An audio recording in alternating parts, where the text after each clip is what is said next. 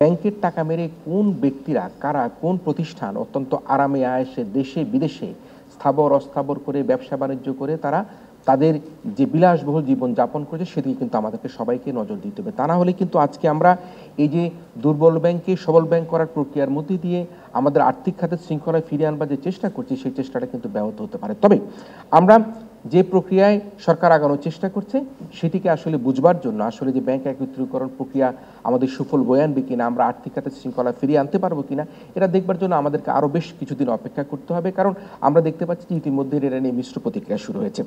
বাংলাদেশের যে আর্থিক খাতের অস্থিরতা, এর দায় কিন্তু বাংলাদেশ ব্যাংক কোনোভাবেই এড়াতে পারে না। এই দায়ের জন্য কিন্তু আমরা এই সরকার সেই সরকারের কথা বলছি না, প্রত্যেকটি সরকারের আমলেই কিন্তু আমরা দেখেছি যে বাংলাদেশ ব্যাংক নানা রকমভাবে নীতিগত ভুল সিদ্ধান্ত নিয়েছে, নানা রকম আইনি সুবিধা দিয়ে গ্রাহকদেরকে ক্ষতিগ্রস্ত করে আমরা দেখেছি ব্যাংকগুলোকে পারিবারিক ব্যাংক হিসেবে তারা রূপান্তরিত করেছে।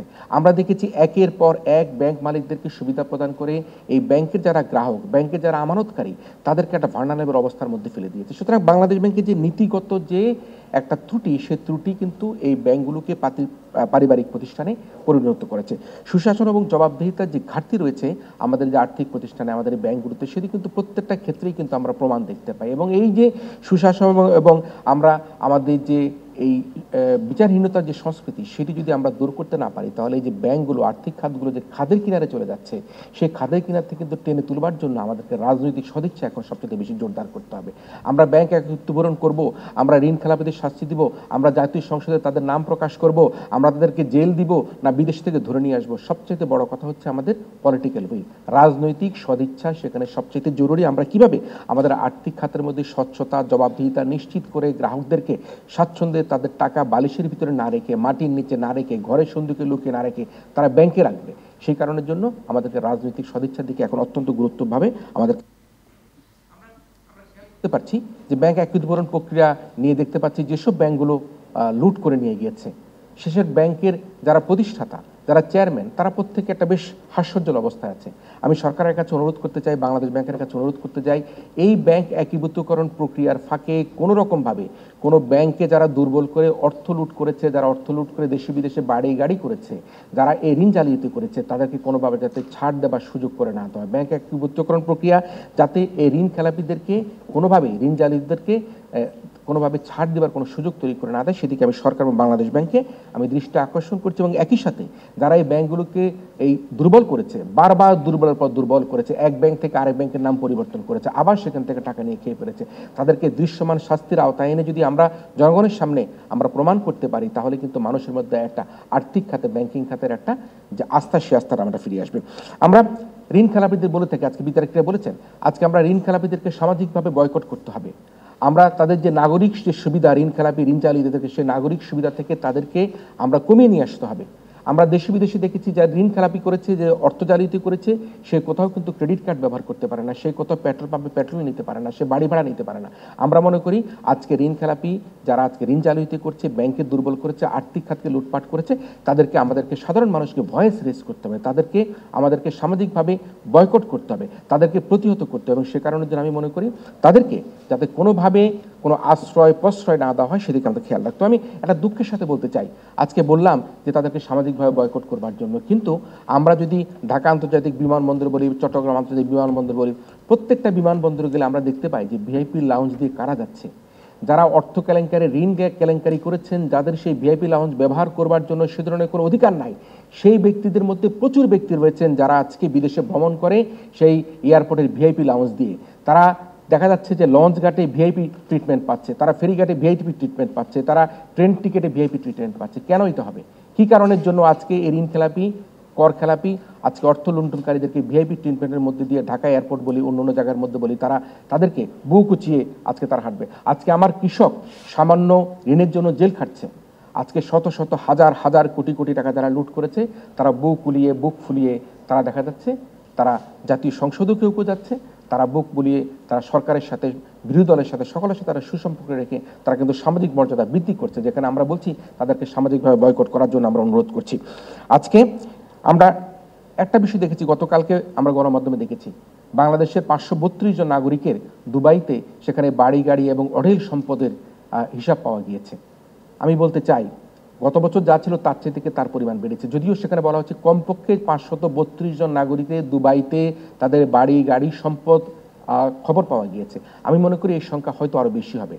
এখন শুধুমাত্র দুবাইতে নয়, আমরা ইউরোপ বলি, আমেরিকা বলি, কানাডা বলি, অস্ট্রেলিয়া বলি, বা সিঙ্গাপুর বলি, মালয়েশিয়া বলি, প্রায় দেশেই কিন্তু বাংলাদেশের এই আর্থিক দুষ্কৃতিকারীরা দেশ থেকে অর্থ লুণ্ঠন করে দেশের টাকা বিদেশে পাচার করে তারা সেখানে আরামে আয়েসে জীবনযাপন করছে। সুতরাং দুবাই বলি, সিঙ্গাপুর বলি, মালয়েশিয়া বলি, অস্ট্রেলিয়া বলি, কানাডা বলি, ইউরোপ বলি, আমেরিকা বলি, যে যে দেশে আমাদের এই অর্থ লুণ্ঠনকারীরা বিদেশে অর্থ পাচার করেছে, কূটনৈতিক তৎপরতার মাধ্যমে তাদের সে অর্থ ফিরিয়ে এনে তাদেরকে দেশে ফিরিয়ে এনে তাদেরকে উপযুক্ত শাস্তির ব্যবস্থা করবার জন্য আমি আজকের এই আয়োজনের মধ্যে দিয়ে আমরা আহ্বান করছি।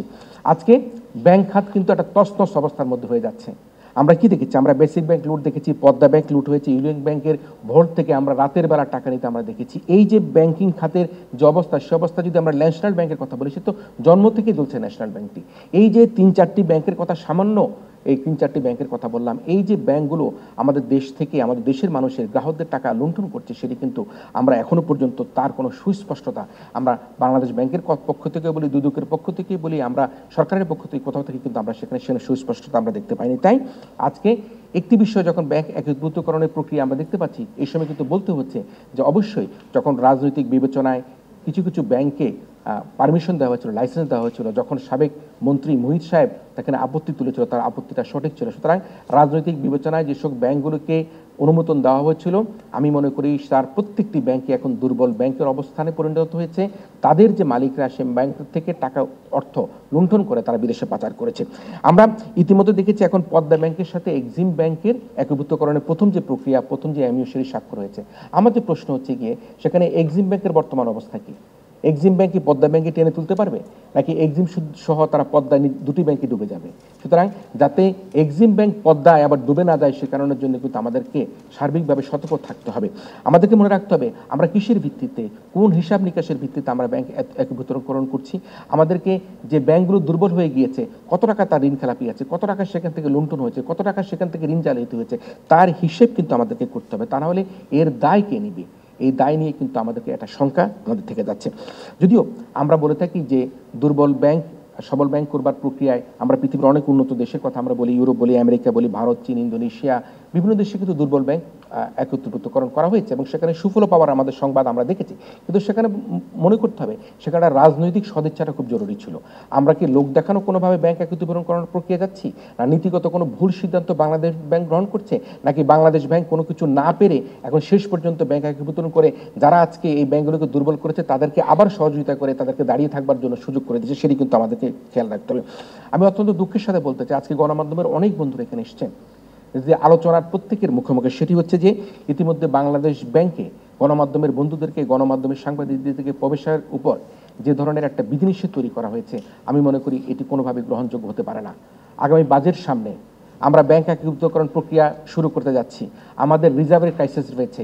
এই অবস্থার প্রেক্ষাপটে যদি আমার সংবাদকর্মীরা, সাংবাদিক বন্ধুরা যদি বাংলাদেশ ব্যাংকে তারা গিয়ে তাদের সংবাদ বা তথ্য সংগ্রহ করতে না পারে, তাহলে কিন্তু তারা সরকারকে কিন্তু সাহায্য করতে পারবে না।